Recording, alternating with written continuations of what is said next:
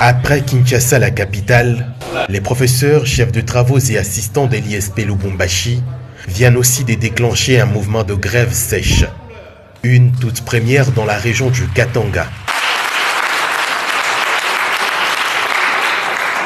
Face à un gouvernement qui ne réagit que devant les menaces, il faut une telle attitude, selon eux. Depuis BIBOA 2, BIBOA 1, en 2022, les engagements jusqu'à aujourd'hui ne sont pas encore honorés par notre partenaire qui est le gouvernement. Sur l'échelle des valeurs, les hommes des sciences, militaires, médecins et fonctionnaires de l'État ne valent rien aux yeux des députés nationaux et même provinciaux en termes de revenus mensuels et tout autre avantage lié à leur métier combien noble. Ils vivent de la corruption. Ils ne tiennent même pas compte du salaire de l'État. Dans l'ensemble, ils revendiquent gain de cause. Au cours de cette assemblée générale, tous à l'unanimité ont opté pour une grève sèche qui ira jusqu'à ce que le gouvernement répondra à leurs revendications malgré insignifiantes. Jean-Paul Kifungo est vice-président de l'association des professeurs ISP Lubumbashi.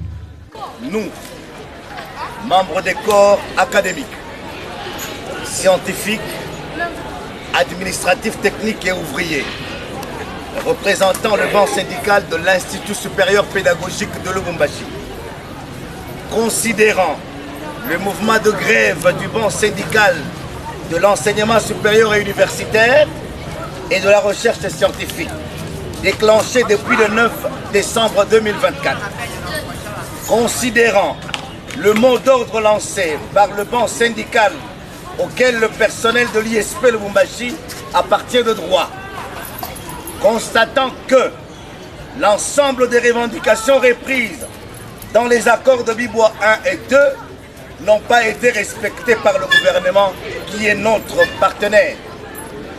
Vu l'urgence et la nécessité, déclenchons à dater de ce jour une grève générale et sèche pour une durée indéterminée et restons ouverts à tout dialogue au travers de notre hiérarchie syndicale.